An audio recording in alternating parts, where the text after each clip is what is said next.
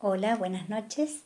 Al cumplirse el natalicio número 100 del conocido pedagogo brasileño Paulo Freire, tomaré para comenzar las palabras expresadas de su coterráneo, teólogo y amigo, Leonardo Boff, quien nos dice que para Freire todos son portadores de algún saber y deben ser escuchados.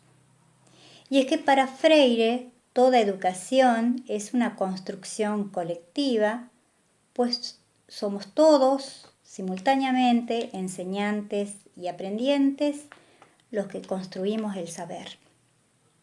Y con estos conceptos podemos ir entendiendo su pedagogía, la cual se caracteriza por un viraje en las formas de enseñanza tradicional, a la que llama bancaria porque es una enseñanza que es centrada en el profesor, quien es el dueño del saber y que da en una clase a sus estudiantes el saber, mientras que estos últimos asumen el papel de depositarios de ese saber.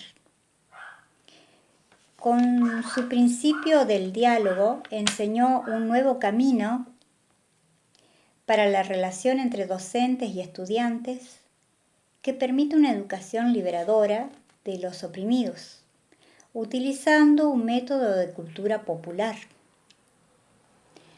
Para Freire, y acá hay que aclarar una cosa, Freire jamás confundió política con educación, pero sí les dejó bien claro a todos que sin cultura no hay política y sin política no hay cultura.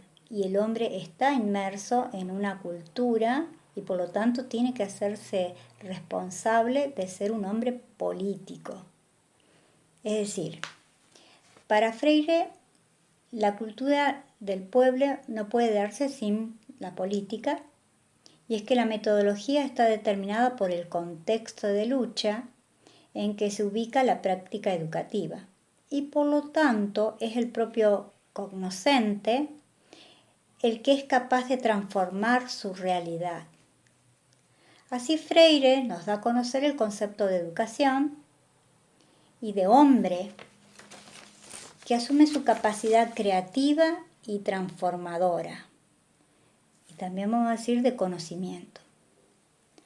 La capacidad de asombro propia de toda persona, fuere cual fuere la posición en la estructura social.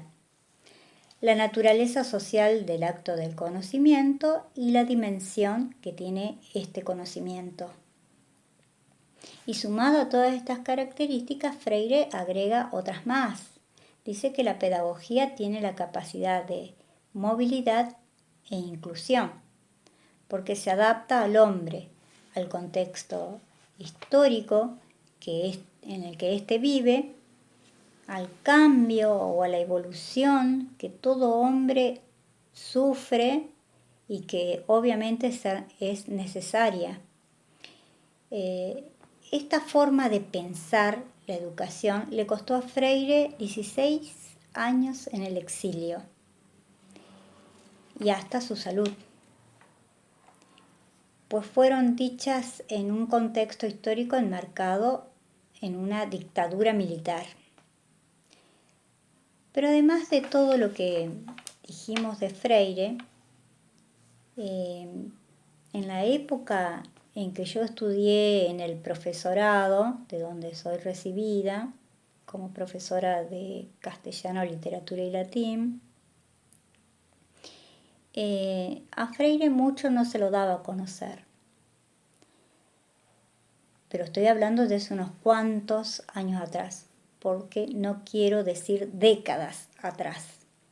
Es decir, que había una cierta resistencia al cambio y por tanto a Freire no se lo consideraba un digno entre comillas, de ser puesto en escena a la hora de enseñar a futuros profesores.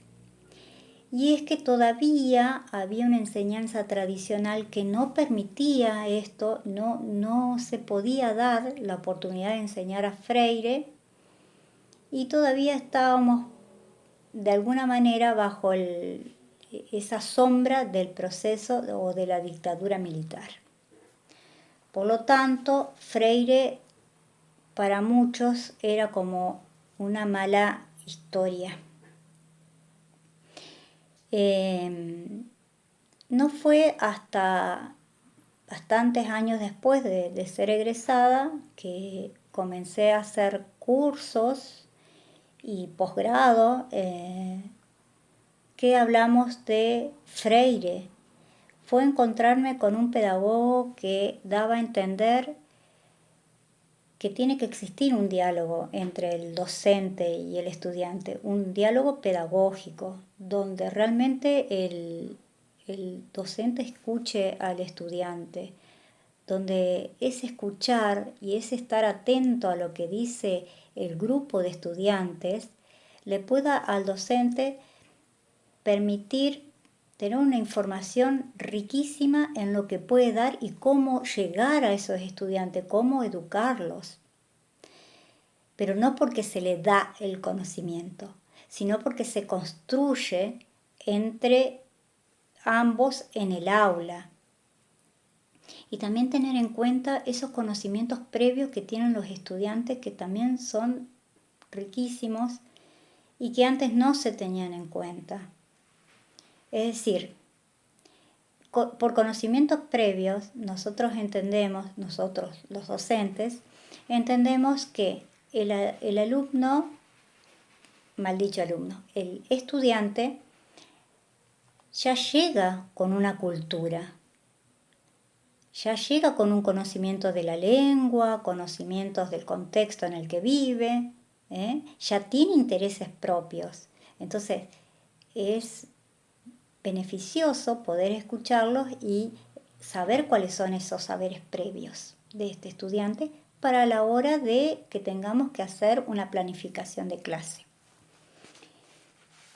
Cada docente, antes de dar su clase, entonces la planifica teniendo en cuenta justamente una justificación, es decir, pensando en los porqués, por qué se quiere dar esa clase. Los objetivos que van a responder a los para qué, qué es lo que se busca, qué es lo que se desea lograr con esa clase. Y teniendo en cuenta también los contenidos que se van a desarrollar o que se pretenden desarrollar. Porque recuerden que dijimos que las clases,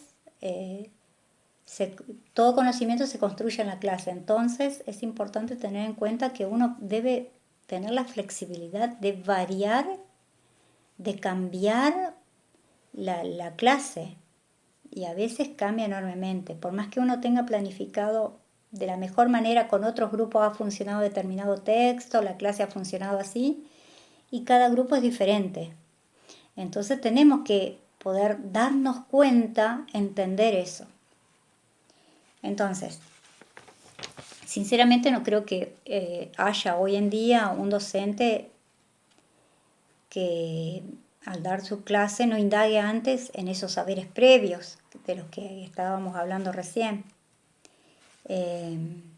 Y por ello, por lo general, se comienza con una serie de preguntas que van a dar cuenta de los conocimientos que estos estudiantes tengan sobre la temática, también de los intereses que estos tengan, o por ahí los propios estudiantes pueden proponer otras herramientas u otras temáticas u otros contenidos o bien otros textos comparando. Ellos también hacen comentarios, esos comentarios hay que escucharlos. A veces uno por ahí se enoja cuando está formado como yo en una estructura tan rígida, pero es bueno siempre cambiar, siempre hay que seguir estudiando como docente para poder lograr lo mejor posible en la clase, lograr lo mejor posible para el estudiante, porque después de todo ellos son nuestro futuro. Y hay que abrirles el panorama, porque el mundo es muy rico y realmente la alfabetización en determinadas o en todas las cuestiones que tienen que ver con la vida son importantísimas. Entonces, decíamos que, que debemos escuchar al estudiante, debemos tener en cuenta cuáles son sus intereses, escuchar sus comentarios, que a veces parecen hasta medio fuera de lugar, pero que tienen que ver con su propia vida, con sus experiencias de vida y también con otras cosas que ellos hayan aprendido en otros años o a través de sus hermanos o de lo que le hayan enseñado sus padres. Entonces, bueno, también puede ser que el docente nada más presente una imagen y en esa imagen el estudiante puede aportar cosas. En ese vídeo que se da, en ese breve texto que se lee, que va a servir como apertura a un diálogo pedagógico. Es decir, que a partir de ahí se irá desarrollando la clase y también modificando, cambiando las temáticas o aquello que haya que cambiar. Porque recordemos que no todos los grupos trabajan igual. Entonces,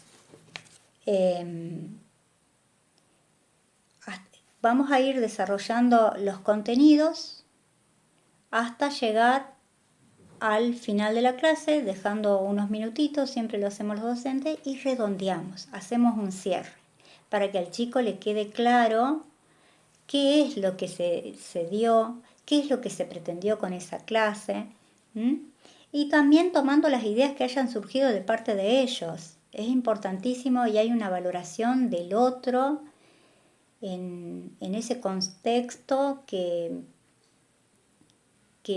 suma a la educación. Y de Paulo Freire puedo decir que una de las cosas que me llamó más la atención fue, y que lo tengo en cuenta también a la hora de dar mis clases y de planificarlas, es que al estudiante no hay que darle cosas que no le signifiquen nada. Todo conocimiento que le queremos hacer llegar o que queremos compartir con el estudiante tiene que ser significativo para él. Uno de los ejemplos que daba Freire era, por ejemplo, a un estudiante de la favela no se le puede estar hablando de elefantes cuando nunca vio uno. Entonces, a eso se llama, eso es lo que tiene que ver con los conocimientos significativos. Bueno, eso es todo. Espero que les haya interesado lo que dije y hasta la próxima.